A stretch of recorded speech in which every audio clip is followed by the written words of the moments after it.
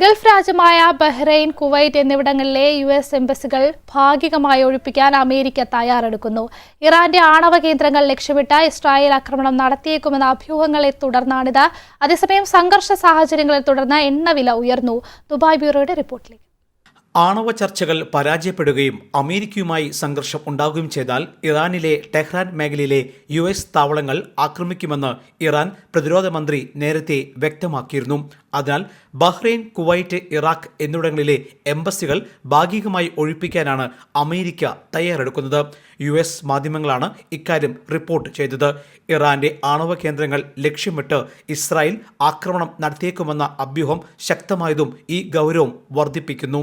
നേരത്തെ മധ്യപൂർവ്വ ദേശത്ത് നിന്ന്, പ്രത്യേകിച്ച് ഇറാനിൽ നിന്ന് US സൈനികരെ പിൻവലിക്കുമെന്ന് US പ്രസിഡന്റ് ഡൊണാൾഡ് ട്രംപ് പ്രഖ്യാപിച്ചിരുന്നു.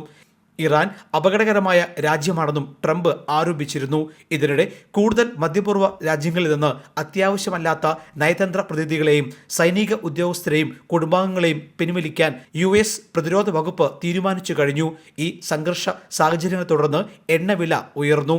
ഇതിനിടെ ആണവ ചർച്ചകൾ പരാജയപ്പെട്ടാൽ ഇറാനെ ആക്രമിക്കുമെന്ന് US പ്രസിഡന്റ് ഡൊണാൾഡ് ട്രംപ് ആവർത്തിച്ച് പറയുന്നതും മറ്റൊരു യുദ്ധ ആശങ്കയായി ഗൾഫിലും പടരുകയാണ്.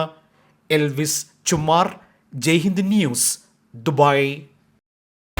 First time in television history, one man's 17-year TV show, 850 plus episodes, one anchor every week, 17 years, Middle East This Week, only on Jai Hind TV. An Elvis Chumar TV show.